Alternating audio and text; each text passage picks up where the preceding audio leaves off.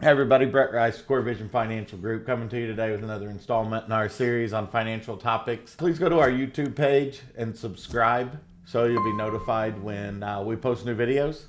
That way you can be up to date on all of our videos here. Today I'm joined by Jason Pike, a partner here at Core Vision. Jason, give yourself a quick introduction. No, I appreciate that, Brett. I didn't really plan for an introduction, but we'll try it. This is my 20th year in the industry, so I definitely want to think about that a little bit and talk about that. It's been quite an awesome ride, and I just want to take a second to thank everybody, that we work with here, all the clients, anybody that's ever, supported us, supported me. Back when you first get out of college, you don't know if you could do a single thing for 20 years, but all the clients, everybody with support, all of the people here that we work with, and they just make it to where it's been a joy. So 20 years, I'm pretty excited about it. And partner here. We just continue to try to do the right things every day, grow a little bit here and there, and it's a lot of fun. So today, Jason, Financial Literacy Month. That's right. We're moving into Financial Literacy Month here in April. It's like our Christmas. Yeah. It's like Christmas for financial advisors. We'll call it that. So what do you want to talk about today during financial literacy? I had a lot of time to think about this, preparing, and I think that probably the number one question we get from pre-retirees or people even in retirement already are, Brett, how much should I take out of my account? We go back to those Transamerica commercials back in the day where everybody's carrying around their big orange number, right? Like, what's your number? And so everybody wants to know now, what's their number? Like, how much do I need? And it's nice to be able to take them through, just a couple minutes of just teaching them kind of, hey, they can run that number at any point. They can log into their account, they can look at their statements, they can call us. It's fine. We'll talk about it. But at the same time, it's nice to be able, through a little bit of education, to really kind of peg a percentage of that number and really work backwards and say, okay, well, here's your number. Now, what's that mean for you from a withdrawal rate standpoint? As times has evolved, sequence of returns, as that happens, this isn't a perfect scenario, but most people are looking for, hey, what can I expect? I know what my Social Security check's going to be. If I've got a pension, I know what that check's going to be. How much can I take out of this without running out of money? Right. That's the question. Right. So I wanted to touch on that topic today, Brett. Okay, because you're right. We do have this conversation a lot. I had it twice today. Sitting down with clients, it's like, what can I expect Yep. to be able to take out of this? Twice today. And not exhaust it prematurely. So, all right, let's get into it. Let's talk about Awesome.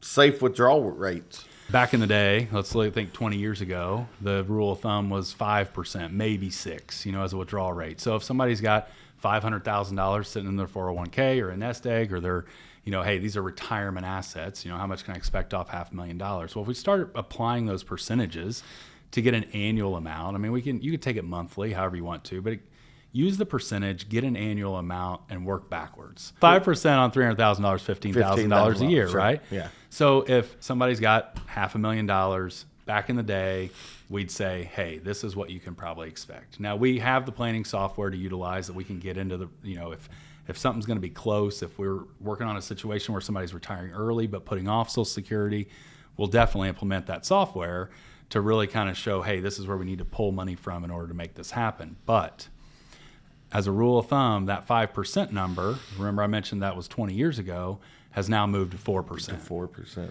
And part of that, there's a few things working there. One, people are living longer, right? So we have a longer amount of time. It's not unheard of now for someone to live in retirement the same number of years they worked. So think about that for a second. So all these years that I put money in and wanted it to grow and things like that, now all of a sudden I'm going to turn that switch off and flip this switch on over here. I'm not putting in anymore. Now I'm pulling out, right? How do we put numbers to that in order to figure out what a safe withdrawal rate is? So nowadays it's more in that 4% number, which can make a pretty good difference, especially from a monthly income standpoint. So when people are preparing for retirement, we want to prepare them to have a little more money than they think they need, because at one time that person may live to 95. Or let's be honest, life is going to happen in retirement just like it happens when you're not retired, when you're in your working years. You're going to have stuff come up. You're going to have, a septic system go out, or a fence that needs put up, or a roof that needs put on. Like, that doesn't stop. Yep. So the other part about that 4% is, even if you don't feel like a client doesn't feel like they have a good family history of living long, even with that, we've built in a little bit of a cushion there. Because the last thing that we ever want to tell anyone is, hey, this has been great. It's been a great relationship, but you've exhausted your assets. Like we can't send you a check anymore. And we don't want to do that, So trying to prepare people with a little more conservatively to where they have some more excess because we know that things are going to come up. Additionally, with that, we also know that long-term inflation rate's going to stick around 3%. Well, now all of a sudden you're taking 4 out, but inflation's going up 3. You're going to have to make 7 to keep up. That would not be a conservative portfolio. It's not conservative, no way. No. And even, and that's a good segue into. Well, thank you. It's great. You're welcome. Yeah, you're welcome. Yeah, what can I say except you're welcome? So with that, it's a good segue into looking at how those assets are positioned because, again, back when we were looking at 5% withdrawal rate, everybody was really preaching a 60-40 stock bond allocation. Well, here's the problem. Is now with sequence of returns and looking at when corrections are and looking at when 08 was and you just don't know if you're going to retire at a bad time. You could just be unlucky. Those people that retired in 08, they didn't know anything was going to happen. It was just unlucky. It was unlucky. Yeah. So in doing that, you've got to also be prepared to possibly either work a little longer than you thought you were, or you may be in a position where you may realize, well, hey, maybe I need to take on more risk than maybe what I'm comfortable with. Because with more risk comes higher return. We know that, but it's also still, that's not guaranteed. Yep. And if we get a recession or a correction in the first 2 years of somebody's retirement, it digs a hole, Yep. So with that, that 60-40 kind of minimum stock allocation number at 60% it's really kind of become a little low. Now it's 65-70% in equities, which some people when they're working don't even like that much risk. Mm-hmm. Right? So the trade-off is if we don't like that much risk, that's okay, but we know either we got to save a little bit more, or if we're past that, we've got to maybe take on a little bit more risk or live on a little less. Take less. Take less. Yeah, absolutely. It's an ever-evolving landscape. Ever evolving. And it's unique to each individual person. It is, 100%. Hey, because it worked for your neighbor doesn't mean it's going to work for work you. Because like you talked about family health history, all of that Life stuff. happens and you never, ever, ever know what's tomorrow's going to bring.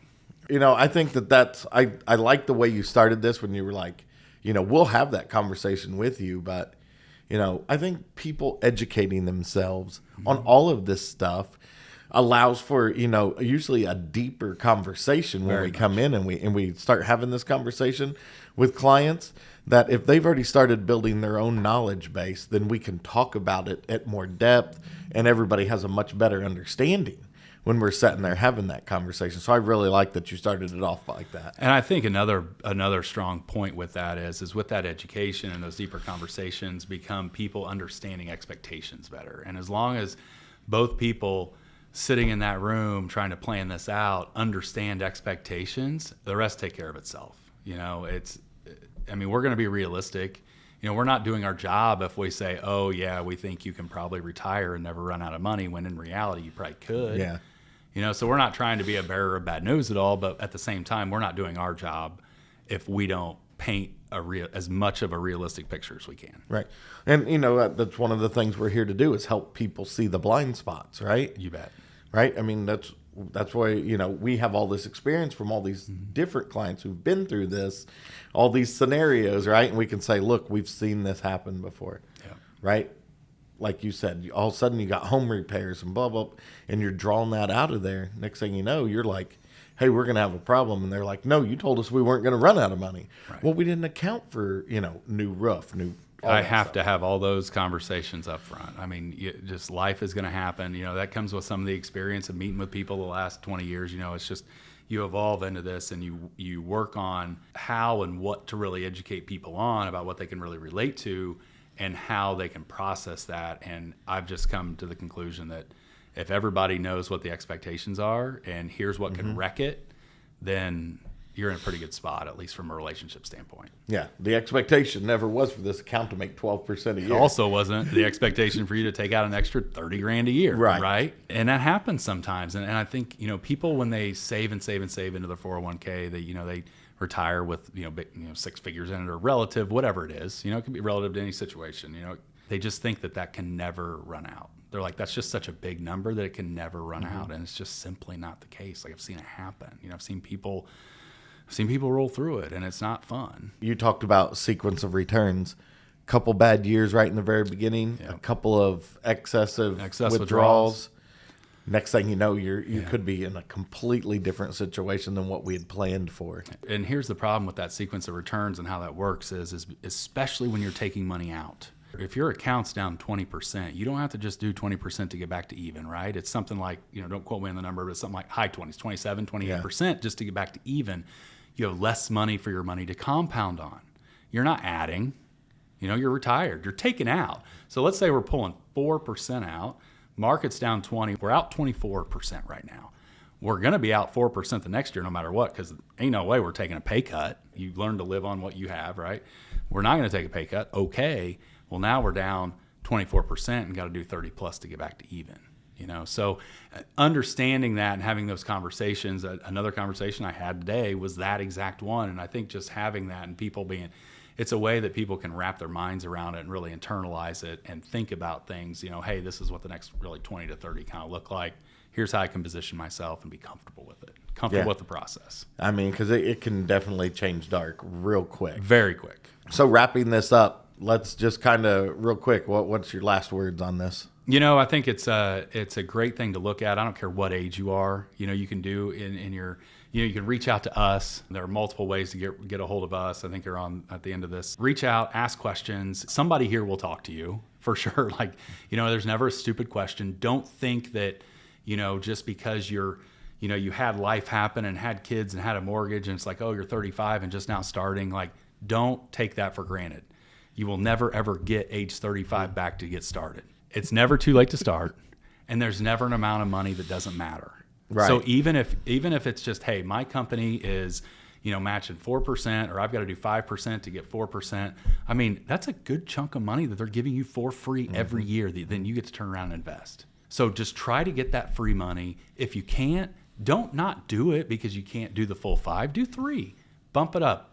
The biggest thing I tell all my young clients is when we meet and they want to know what they should do, I literally have them pull their phones out, and on their calendar every January 2nd, I have them put in there, increase retirement plan contributions by 1%.